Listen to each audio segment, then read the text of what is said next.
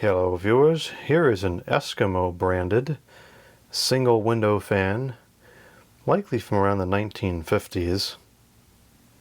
This is the Eskimo model number 081003 window fan by good old McGraw Edison. So that tells us all we need to know about the quality of the bearings. It's rated for 40 watts, so it's not very powerful. I think it's more or less the same as a basic desktop dime store fan, but inside a different form factor. The paint is in pretty impressive condition for the age. You can see it still has the majority of its luster to it, including a nice shiny reflection. I'm surprised paint of this good quality was even used in the first place. This was likely a very, very inexpensive fan, relatively speaking. I guess we're seeing the difference here between something that was cheap 75 years ago and something that was cheap today. The standards were still much better back then.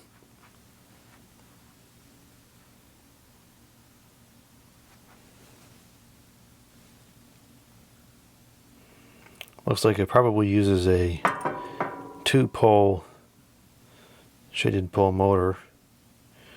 Looks fairly clean inside considering how dirty and grimy the outside is. We do still have oil ports. There's one there, and there is also one in the front as well, right above the shaft. It's kind of hard to see it. There it is. It's kind of an interesting design to the guard. It's almost like spherical. It's very thick, and it doesn't need to be. This does have some legs on the bottom, kind of like the Marvins.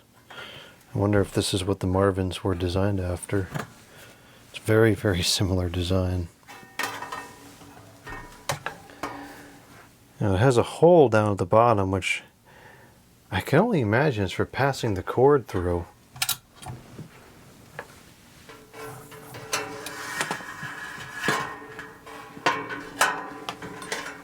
Which is kind of neat. It's got a single speed rotary switch. It's a Leviton switch.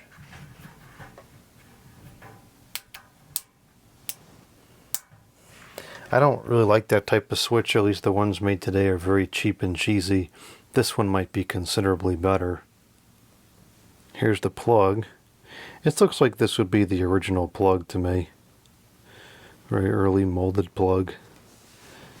And the wire, you can feel that this wire is definitely getting very old. It's not cracked or dry rotted yet, but it's definitely on its way. But I think it's still good enough to use for now. Bearings are still pretty free in this. If they're quiet or not, that's a whole different story. This looks like it's been used quite a bit over the years. There's a lot of dust accumulated on the inside of the guard there. You can see the blades have been cleaned at some point, but there's a lot of residue on there. Maybe this was used in the kitchen or something of that nature, where the dust is kind of sticky and grimy. Well, let's go ahead and shut this on and see how it works.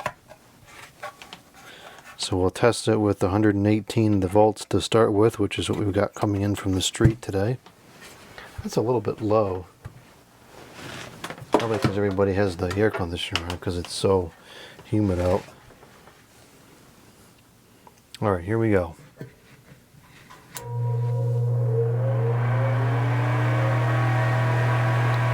That has an excellent startup sound to it.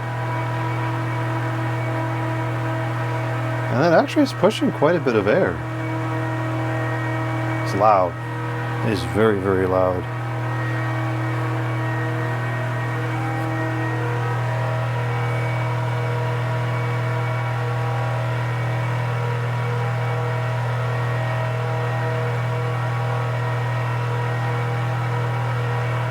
Very noisy fan, but when this came out, not many people had an air conditioner yet, so if you wanted to cool the house down, It was use this and shout, or just sit there and sweat.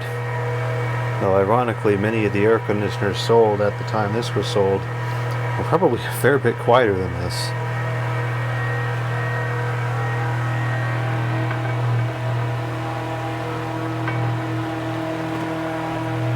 Oh, some of that noise was from the a screwdriver rattling against the back. Now it's a little bit quieter.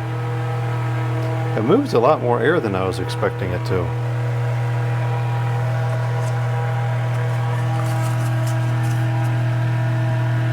That's not too bad. But the problem with this is the same problem with like the Holmes HALF2021, for instance. It's a very, very small fan, and so the actual volume of air moved is quite minimal. It's about an 8-inch blade, so the CFM of this is not going to be very high. It would be interesting to calculate it at some point. But it does push out a surprisingly good breeze. I can feel it clear across the room. And the output is very wide. It's not like a small concentrated stream. It feels like it's a much bigger fan than it is. It's pretty cool looking too.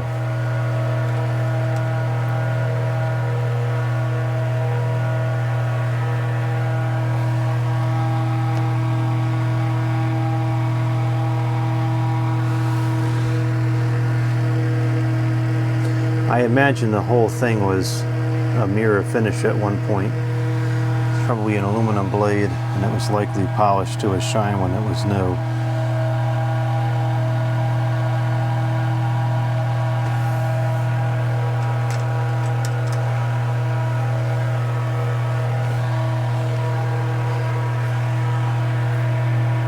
It's in actually pretty good balance. I don't feel much vibration at all.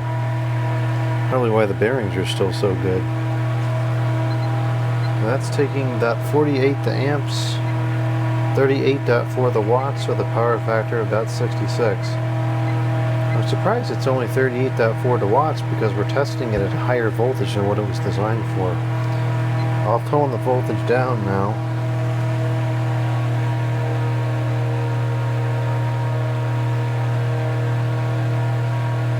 That's about 115 versus 120. There is a difference, especially if you go down to 110, which wasn't unheard of at the time either. That's about 110.